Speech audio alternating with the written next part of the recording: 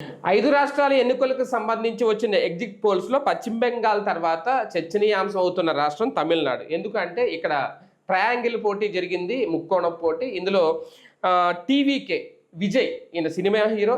ఒక రకంగా ముందు భారతీయ జనతా పార్టీతో జట్టు కట్టబోతున్నారనే ప్రచారం. లేదు వాళ్ళు పిలిచారు గానీ నేను వెళ్ళలేదు అనేది. ఇప్పుడు ఫైనల్‌గా ఎగ్జిట్ పోల్స్ వచ్చిన తర్వాత ఆంధ్రప్రదేశ్లో ఒకప్పుడు పీఆర్పీ ఏం చేసిందో చిరంజీవి పార్టీ బట్టి ఏం చేశారు, ఇప్పుడు విజయ్ కూడా అదే చేయబోతున్నారు. అలాగే జరగబోతోంది రాజకీయం. డిఎంకేకే మరోసారి పట్టం కట్టడానికే, మళ్ళీ స్టాలిన్ ముఖ్యమంత్రి అవ్వడానికే తెర మీదకి వచ్చాడు విజయ్ అనేట్టుగా ఉన్నాయి ఎగ్జిట్ పోల్స్ అనేది. అది ఎంతవరకు సాధ్యం? నిజంగా మళ్ళీ స్టాలిన్కి గనక పదవి వస్తే, మళ్ళీ స్టాలిన్ అధికారమే వస్తే, డిఎంకే కనుక అధికారంలోకి వస్తే అది విజయ్ పుణ్యమే అని అనుకోవాలా? ఆ పరిస్థితి ఏమన్నా ఇప్పుడు ఉండబోతోందా? ఏం చెప్పిన ఎగ్జిట్ పోల్స్ ఇదే అంశం మీద చర్చించే ప్రయత్నం చేద్దాం సార్. వాస్తవానికి తమిళనాడు రాజకీయాలు అంటే విజయ్ అనే వ్యక్తి రాకపోయి ఉంటే వేరే రకంగా ఉండేదేమో. కానీ ఆయన రావడం వల్లే మొత్తం సీన్ మారబోతోంది. అప్పట్లో ఆంధ్రప్రదేశ్లో పీఆర్పీ 2024 తర్వాత 2009 ముందు ఆయన ఏం చేశాడు? వైఎస్ఆర్ అప్పుడు అధికారంలోకి వచ్చిన తర్వాత లేదు మళ్ళీ ఆయనే వస్తారనుకున్న టైంలో పీఆర్పీ వస్తే రాదని చెప్పడం, మళ్ళీ ఆయన రావడం, ఒక 18% ఎంతో సీట్లు ఇవన్నీ చూసాం మనం, స్థానాలు దక్కించుకోవడం. ఇప్పుడు కూడా అలాంటి సీన్ రిపీట్ కాబోతుందా అనేది ఎగ్జిట్ పోల్ చెప్తున్నాయా? భారీగా మెజార్టీ గెలుచుకొచ్చారు కదా ఇప్పుడున్న మన అనేక మంది కాపు నాయకులు అప్పట్లో గెలిచిన వాళ్ళే కదా.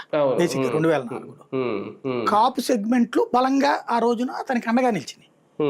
2009లో ఆ ప్రాంతాల్లో చిరంజీవి వల్ల ఓటమి పాలయ్యింది కాంగ్రెస్. అంటే తగ్గింది ఎవరికి?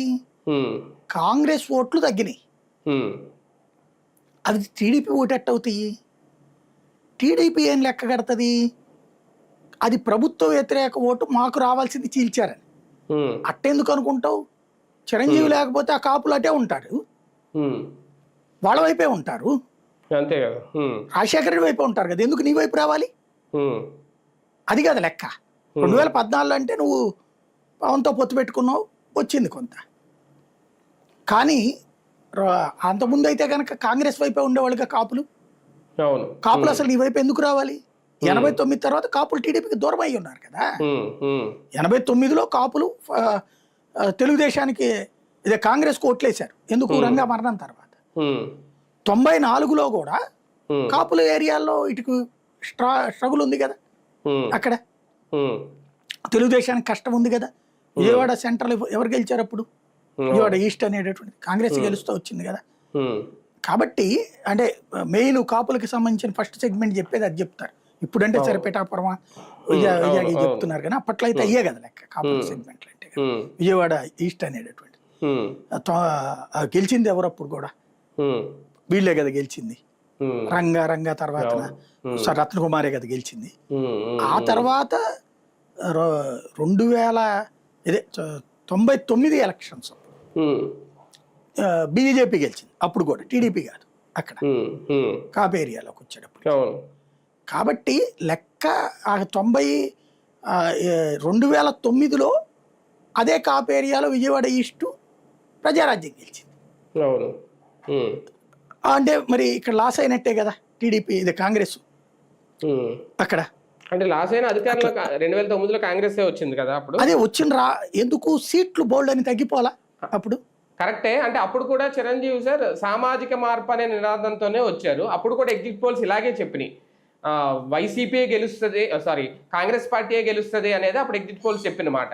ఎందుకంటే చిరంజీవి సామాజిక మార్పు అనే రావడం అనేది. ఇక్కడ విజయ్ కూడా ఇప్పుడు అదే చేశారు, అందుకే స్టాలిన్ కి అవకాశం ఉంటుంది. చాలా తేడా.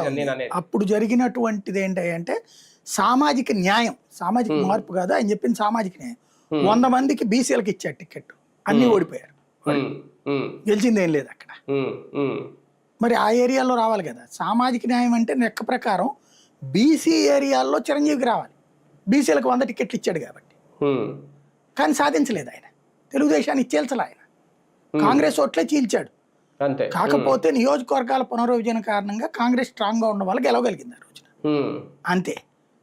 ఇప్పుడు ఇక్కడ తమిళనాడు సీన్ చూసుకుంటే ఏంటంటే ప్రభుత్వ వ్యతిరేకత తీవ్రంగా ఉన్నట్టు కనిపించటం లేదు.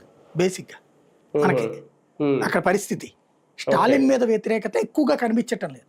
పైగా స్టాలిన్ ఏం చేశాడంటే చిన్న చితకా పార్టీలు కూడా 1 లక్ష ఓట్లు 5 లక్షల ఓట్లు వస్తాయన్నోని కూడా చేర్చేసుకున్నాడు పార్టీ కూటమిలోకి. 21 పార్టీల సంకీర్ణం అది ఇప్పుడు. ఉమ్, అందుకే ఐఎన్టీఏ కాదు అది, ఇక్కడ ఉమ్, సెక్యులర్ ఫ్రంట్ అనమాట అది. ఉమ్, ఉమ్, ఉమ్, సెక్యులర్ ప్రోగ్రెసివ్ కూటమి అని ఏదో పెట్టాడు దానికి పేరు. ఉమ్, ఉమ్, ఐఎన్డిఏ కాదు అక్కడ.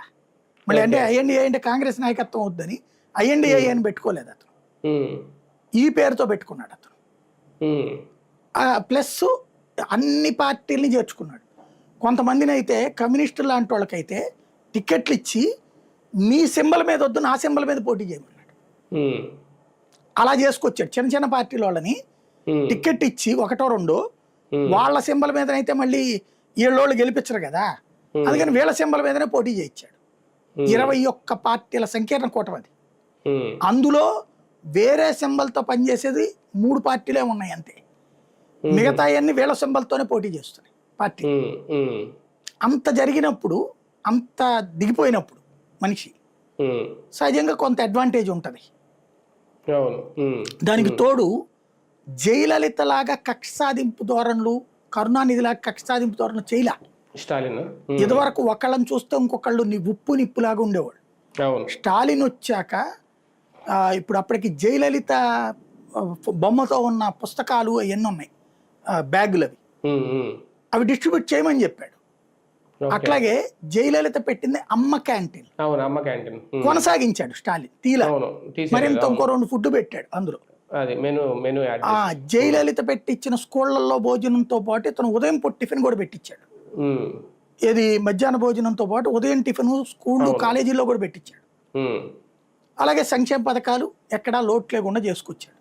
ఉమ్, కాబట్టి విజయానికి డిఎంకేకి అవకాశం ఎక్కువ ఉంటుంది. ఎందుకంటే ఏఐఏడిఎంకేలో వచ్చేటప్పటికి జయలలిత మరణం తర్వాత ఆధిపత్య పోరులో పన్నీర్ సెల్వం, పళనిస్వామి, శశికళ పన్నీర్ సెల్వం వెంటనే కాకుండా పళనిస్వామి వెంట, ఇదే పన్నీర్ సెల్వం వెంట నిలిచింది. పళనిస్వామిని పక్కన పెట్టాలని చూసింది. దాంతో పళనిస్వామి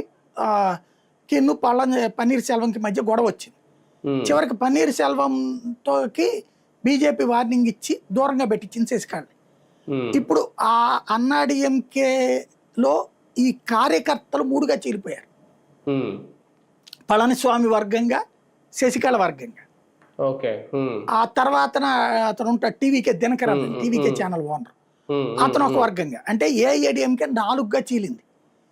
ఈ 4ట్లో 3టిని కలిపే ప్రయత్నం చేసింది బీజేపీ. ఎంతవరకు సక్సెస్ చెప్పలేం దాన్ని. ఇప్పుడు ఒక నాయకురాలి ఫేస్ తో ఉండే కళకిను పళనిస్వామిని జయలలితతో సమానంగా చూడలేరు. శశికళతో చూసినంతగా కూడా పళనిస్వామిని చూడలేరు. ఒకటే ఇవాళ గెలిస్తే యాంటీ స్టాలిన్ ఏఐఏడిఎంకే విజయం, అంతేగాని పళనిస్వామి ఫేస్ తో గెలిచినట్టు కాదు. ఒకవేళ ఏఐడిఎంకే గెలిస్తే అది తేడా అక్కడ. సార్, ఒక రకంగా బీజేపీతో జతకట్టుంటే విజయ్ అన్నా డిఎంకేకి కాస్తంత నిరాశ లేకుండా ఉండుండేదా? ఇప్పుడు ఆ నిరాశ తప్పదా? వీటిట్లో ఏముండదండి. రేపు పొద్దున గనక వీళ్ళు ఇచ్చిన సర్వే లెక్క కరెక్ట్ అయ్యి నెక్ టు నెక్ అయ్యి ఇప్పుడు అక్కడ 120 130 స్టాలిన్కి వచ్చి, విజయ్కో 15 20 వచ్చి, వీళ్ళకి కూడా 115 120 వచ్చినాయి అనుకోండి, విజయ్ సీఎం అయిపోతాడు. కావాలంటే విజయ్ నువ్వు సీఎం ఉండవయ్యా, మేము బయట నుంచి మద్దతు ఇస్తామని డిఎంకే చెప్పుద్ది, లేదా ఏఐడిఎంకే చెప్పుద్ది. ఓ 2 ఏళ్ల పాటు ఆయన పరిపాలించి పెంట చేసి నాశనం చేసి వదిలిపెట్టేస్తారు. కుమారస్వామిని చేస్తారు. అలాంటి అవకాశం కూడా ఉంటుంది వీటిలో. అంటే విజయ్ కారణంగా ప్రభుత్వ వ్యతిరేక ఓటు ఏమి చేయలేదు అని అనుకోవాలా? నేనంటోంది వ్యతిరేక ఓటు అనేటటువంటిది ఉంటే ఇప్పుడు అది విజయ్ అనుకూల ఓటు అని ఎందుకు అనుకోకూడదు?